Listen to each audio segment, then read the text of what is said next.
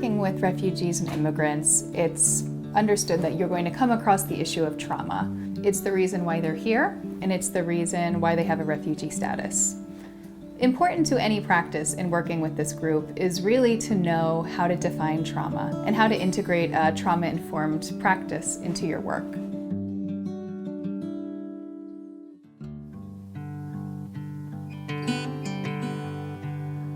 It's very important to understand that there are three different components to trauma. The first is the actual traumatic event. That would be a war, a natural disaster, or the persecution that someone endured that caused them to come to the United States. The second part of trauma is the way that someone experiences the event. It's the individualized personal response to something terrible happening. The third is really the way that the trauma and their experience of it plays out in their daily life.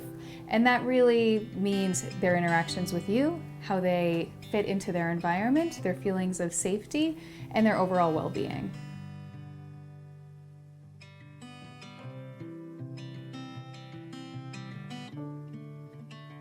When asking about a migration history, I usually just tell them that from the overseas medical records, I see that they were in a specific country initially, and then they traveled to another country. Can you tell me a little bit more about that? I like to leave it open-ended and kind of gauge from the patient how much they're willing to share. And if I see that they're willing to open up a little bit more, I tend to ask more information about who they traveled with, if they traveled alone, if they faced any danger when they were going there, and how they felt that process was.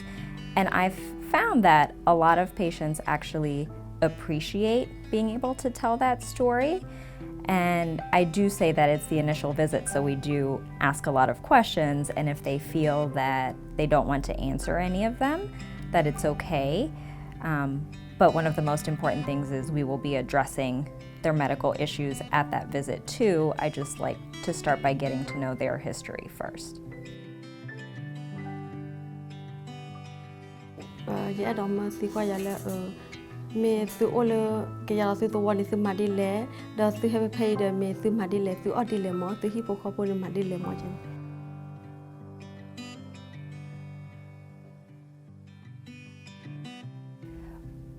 In terms of screening for a torture history, we know that many immigrants are expecting to talk about their torture and trauma histories with their medical provider. We know that about 5 to 10% of immigrants presenting in a general medical setting will be survivors of torture in their home country or another country before coming to the United States. So in that, we recommend that general practitioners ask questions that are torture specific in a general screening. We know that this is probably not a question that you want to tackle on your first visit. There is research saying that a second visit is a good time to ask some torture specific questions. The EISENMAN screening question is a two-part question that is empirically supported and found to be really effective in soliciting torture narratives in a non-traumatizing, strengths-based manner. So the two questions, the first part is asking the patient in front of you if someone in their home country, they're a government official, a police officer, an army member, or a member of a rebel group had ever harmed or threatened them.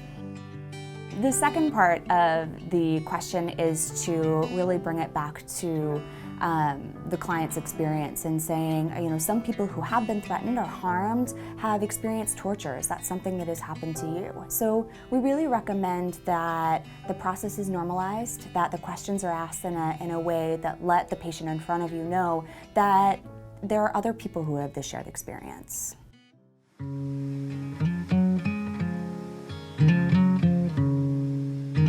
I think a little bit of education is always really helpful to let them know that oftentimes the emotional experiences that people have had in the past might contribute to some of the physical symptoms that they're experiencing, to talk a little bit about stress and to say that stress has not just emotional consequences but also physical consequences, and that's a part of the reason why it's important for you to learn about some of the stress that people have experienced both in their past and in their current daily life, to learn about some of that stress in order to kind of understand both the emotional and the physical needs that they have.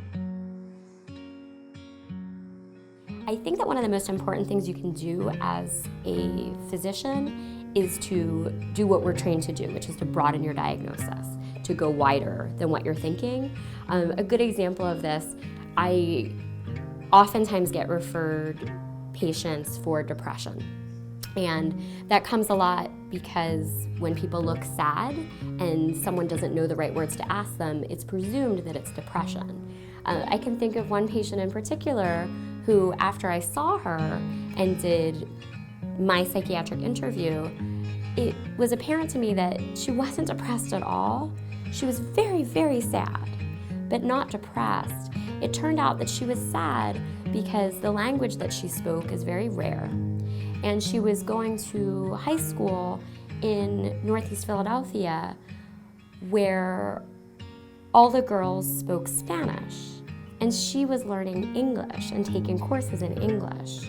So not only was her home language not spoken, but the language that she was so excited to learn and really excited to practice with me wasn't spoken. So she just didn't have friends. I prescribed, you need some friends instead of an antidepressant.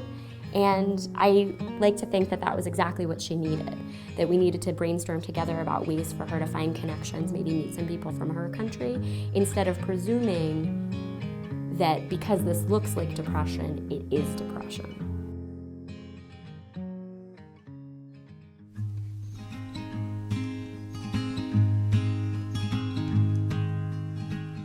By its nature, this work can be really emotionally difficult. It can be a real challenge for providers to go home to hear a really difficult story from a client or patient and have to go home and leave it at the door. I think self-care is so valuable, and having balance in your own life to be able to go home, do something that helps you to not just repress all that difficult content, but be able to kind of cope with it in a healthy way. As psychologists, often we're encouraged to have our own therapy, to have individual therapy, and that's something I suggest for any provider, that if you find yourself having a really difficult time coping with the emotional content that your clients share, your patients share, to find an outlet for that, whether it's somebody in your personal life who you can talk to about it, or a professional who you can talk to and decompress about.